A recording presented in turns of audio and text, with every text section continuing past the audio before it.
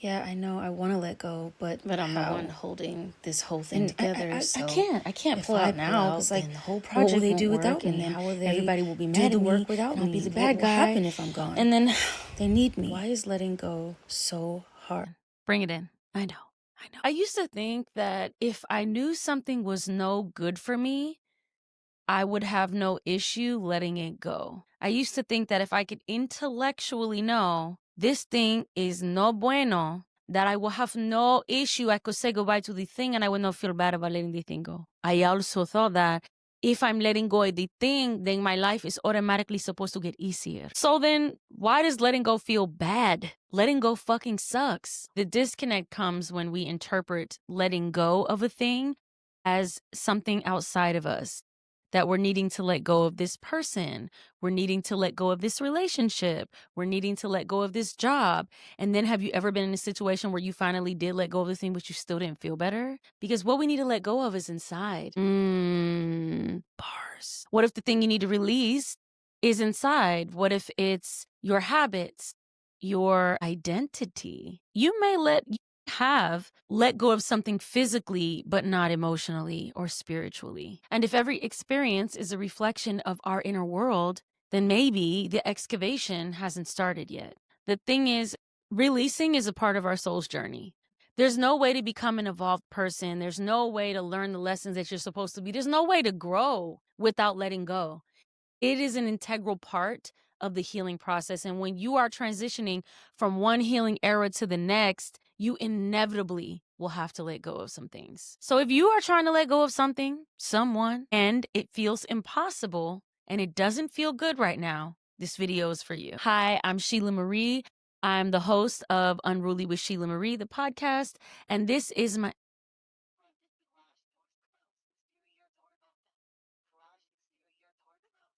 I have to let go of the expectation that I'll be able to record in this house. And this is my Healing Era series. In each video, I'll be taking you through a specific stage in the healing journey and breaking down the psychological and emotional barriers that keep you stuck. Okay?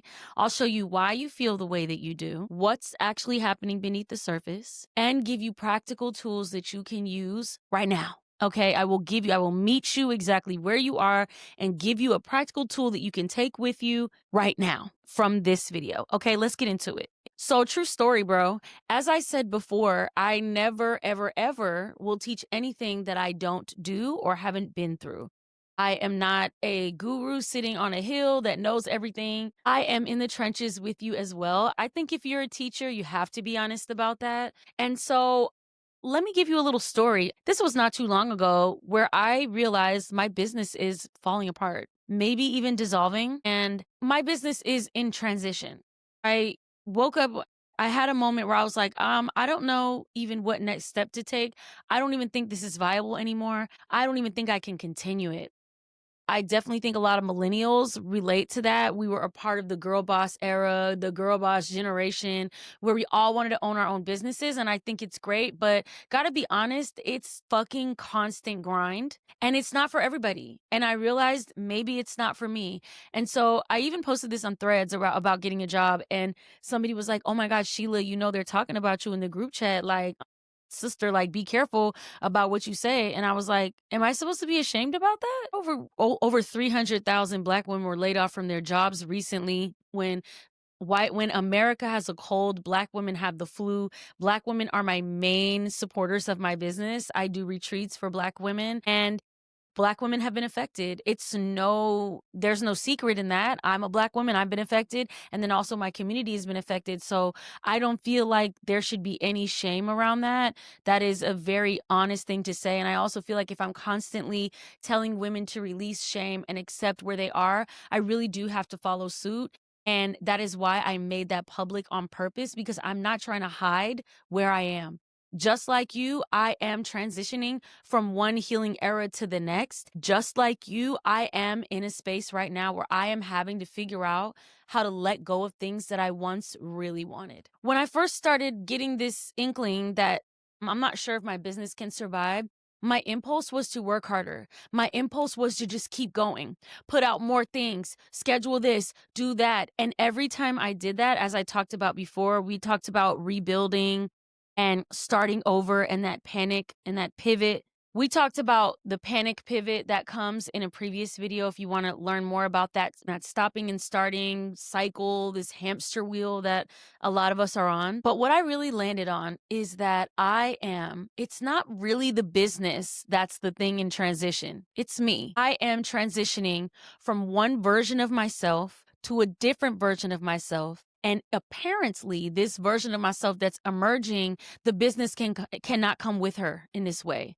Not saying the business can't come with her, but it cannot come with her in this way. She has just made it very clear to me that that is not a part of the life she's living. And here's the real tea. When it comes down to it, what I'm struggling to let go of is not the business at all. It's not, and for you watching, it's not the relationship, it's not the job, it's not the city, it's not the old dream.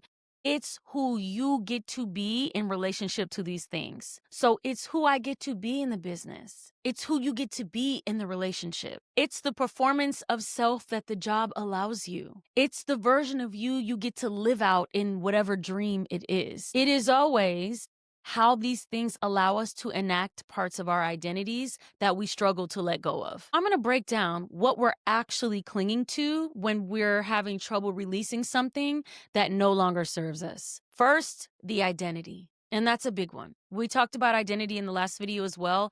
It's such a core part of healing work. Your identity is what allows you to exist as a person in this world. It's very connected to your identity, to your physical. It's the thing that keeps you grounded in the human experience.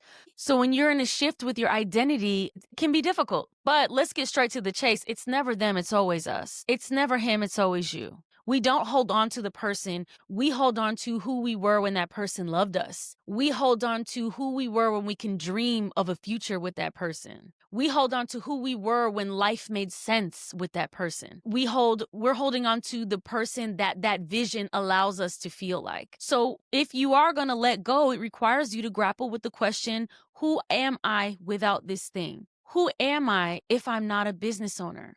Who am I if I'm not CEO of Curvy Curly Conscious? That's the thing that brings me so much pride. I love saying that. I love saying I'm a CEO and founder, right? I love having this as part of my identity. It props me up. It makes me feel good. It gives me purpose. So who am I without this thing? And I'm going to quote my therapist here because a long time ago, she said to me, you know what, Shelah, I'm excited that things in your life are falling apart and things are falling away because it's going to ask you to ask yourself, who are you without those things? And I'm excited about you finding your value and your power without those things so that you know you have that regardless of if you have the thing or if you don't have the thing. The other thing you're really having trouble letting go of is the fantasy. And I'm a fantasy girl. I'm a dream girl. She's your dream girls. I'll make you happy. Like, I love dreaming. I created a whole meditation style called serious daydreaming. If you want to know more about that, you can definitely check out my book. I also have videos on YouTube about it, and it's also in my mini course. But anyway, I believe in the power of dreaming. I believe in the power of fantasy.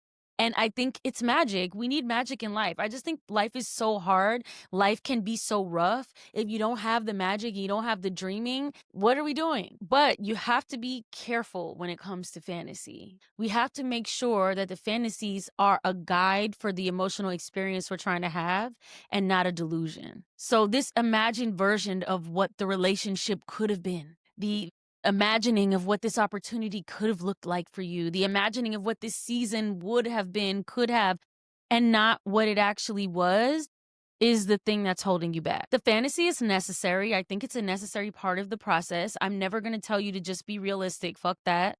I will never tell you to just be realistic.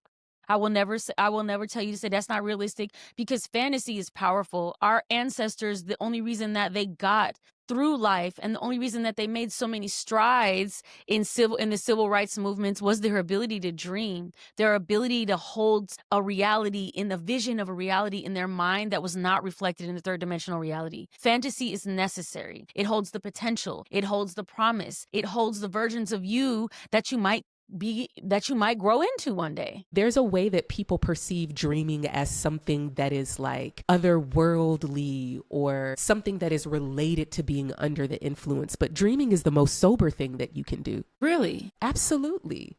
In what way? Because dreaming, like I said, dreaming, the function of dreams, as I understand it, is to disrupt the way that we're constantly projecting everything that we've been through in the past onto our present and future, such that we cannot see ourselves as we are, we cannot see each other and people we love as they are, and we cannot see this world as it is. When you're constantly projecting your traumas or the way people have treated you in the past or the experiences that have shaped your past environment onto the present, that's not sober. That's under the influence of the past. And so dreams are like, I'm trying to help you connect the dots. I'm trying to peel back whatever that layer of sight is that keeps you projecting the past onto the present so that you can see things as they really are. I think fantasy also helps you create a life that's uniquely yours. If you cannot daydream, fantasize, visualize a future for yourself, you undoubtedly are just going to follow a path that somebody else laid out for you.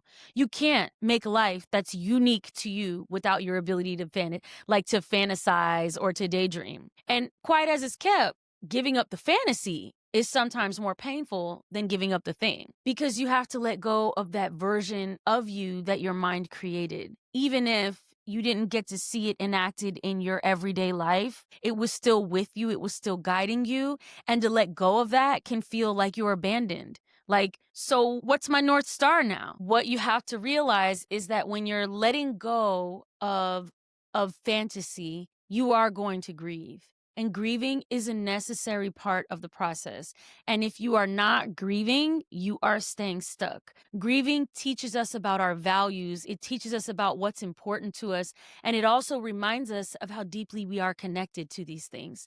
So I personally think grieving is an integral part of the human process. And so instead of clinging to the fantasy, as scary as it might be time to lean into the grieving process, to start that process so that you can move through it to the next part of your healing era. The responsibility. Women have a very specific relationship to responsibility. It gives us value because responsibility can have very tangible rewards.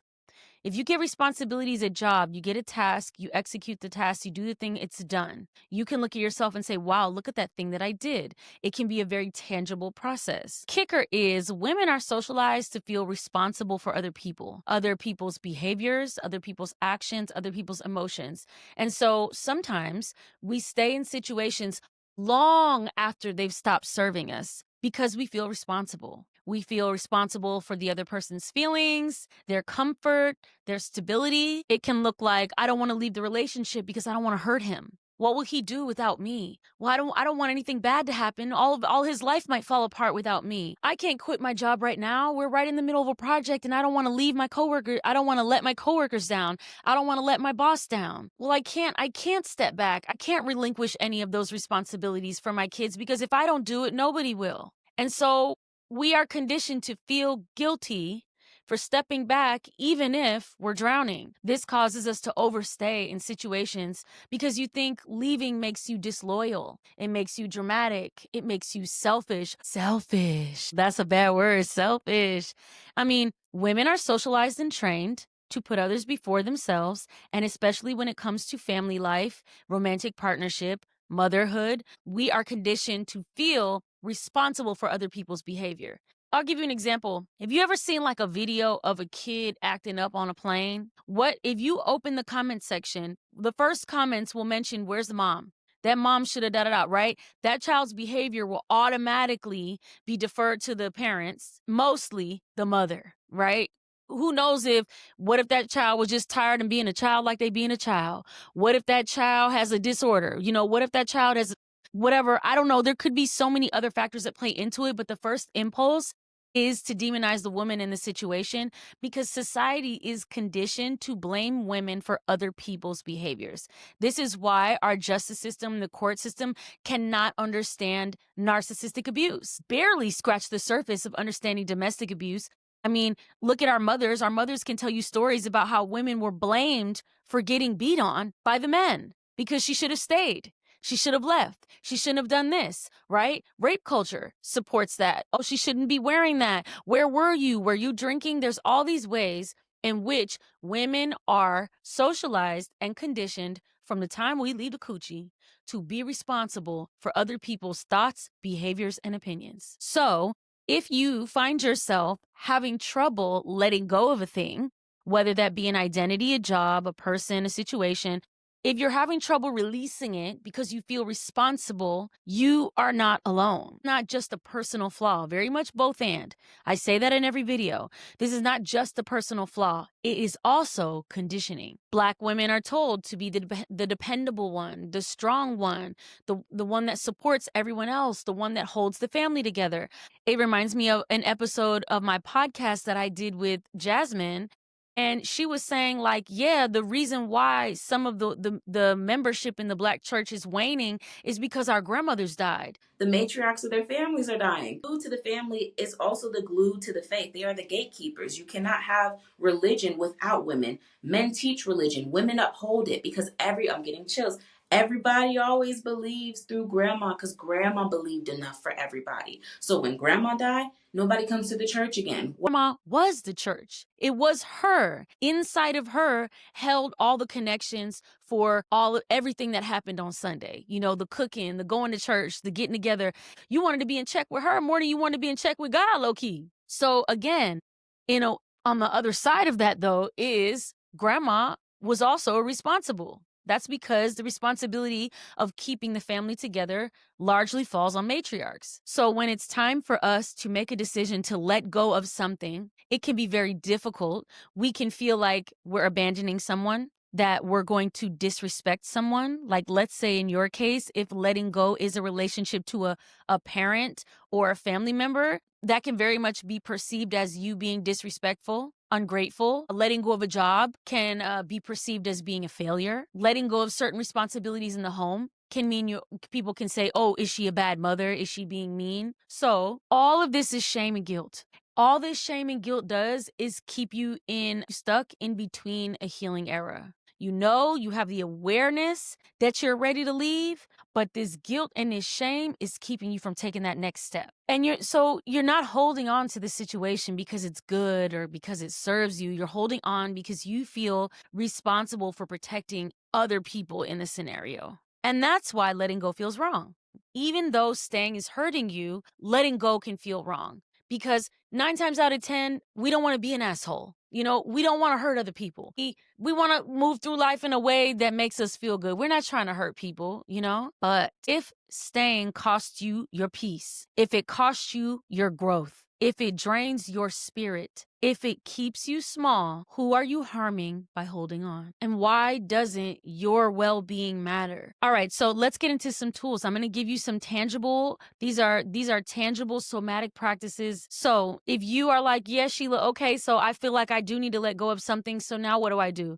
Let's start small, because I think sometimes we think of change as big sweeping changes. We think of action as these big sweeping actions, when in actuality, changes that stick are a lot of times very small. And big changes come from micro choices, micro decisions that you're making in the moment. So let's start small. Ask yourself right now, just think of whatever thing it is that you think you should let go of. Let's say it's me and I need to let go of the version of my business that I have right now, but I'm a little bit hesitant to do that. I'm having trouble letting go. So ask yourself, if nothing changed ever and you kept this thing exactly as it is, how would you feel long term? Now, I'm going to go here. If it's not a hell yes, it's a hell no. Okay, no wishy-washy energy with this. If it's not a hell yes, it's a hell no. So if you start thinking about that, like, damn, okay, if it stay the same, I mean, it won't be great, but is that the life you want? You want wishy-washy? You want like so-so? Really, really, it's time, ladies, to be demanding about the life that you want and stick to that shit no matter what. The second tip I'll give you is what is the next best thing you can do? What is the next best action you can take today, right now, right after you're watching this video? One small thing. For example, a step that I took was I'm like, okay, I'm pivoting to long form content. So I started brainstorming. What would it look like for me to do long form content? And then that came this series. Another thing you can do, eulogize it. I have talked about this in my book. Care about something. If you have a hard time letting go of something, chances are you really care about it. You're emotionally invested in it, and that letting go is going to require a certain level of grieving. This is an activity you can do to help you mourn a little bit of that loss, because it is a loss. And I also think there's not enough structure around mourning in our society. There's not enough ritual around it. Like, for example, when someone dies, there's so much ritual around it. And there's a reason why these are ancient practices. The ritual helps us process. The ritual helps us spiritually, emotionally, psychologically make sense of our new reality, our life without the person. And so I think I would argue we need more grieving practices outside of just the loss, physical death. So write a eulogy for this thing and say it out loud. Say it out loud. Saying it out loud is very important. Activates your throat chakra, and you need to release it. You need to get it out of your body. I know there's an impulse just to read it, but saying it out loud is a really important part of the process. Again, because you need to get it out. It is the start of releasing the grief that's in your body so that you can transition to your next healing era. So here we stand today, dearly beloved. I would like to talk about Curvy Curly Conscious starting 2016 to 2025. The version of her. Not saying CCC done forever now, but it's the version, right? And then you just eulogize it. Write a little eulogy and then say it out loud. All right, so if you are in a letting go season, like I'm going from one version of myself to the next, I have created a free 7-day journal called Unruly and Rising. It is a companion to these videos. So if you like these videos and you're watching these videos and you want to dig a little deeper, you can definitely check out that workbook. I also have a mini course if you want to go even deeper. If you care, if you want to, like, again, I will never tell you to do something I'm not doing. I will never speak on an experience that I haven't had. And so if you want to, like, follow in real time, see how I'm doing with stuff, just be nosy, you can subscribe to my Instagram stories. It's $5 a month. I mean, who knows what you'll find on there? Might be cooking, might be philosophical rants. I'll tell you how my day is going sometimes. Sometimes I do some vlogging. Sometimes it's behind the scenes family life. Who knows? You never know what you're going to get, brother. You never know what you're going to get. But anyway, I will see you in the next video. Thank you so much for tuning in.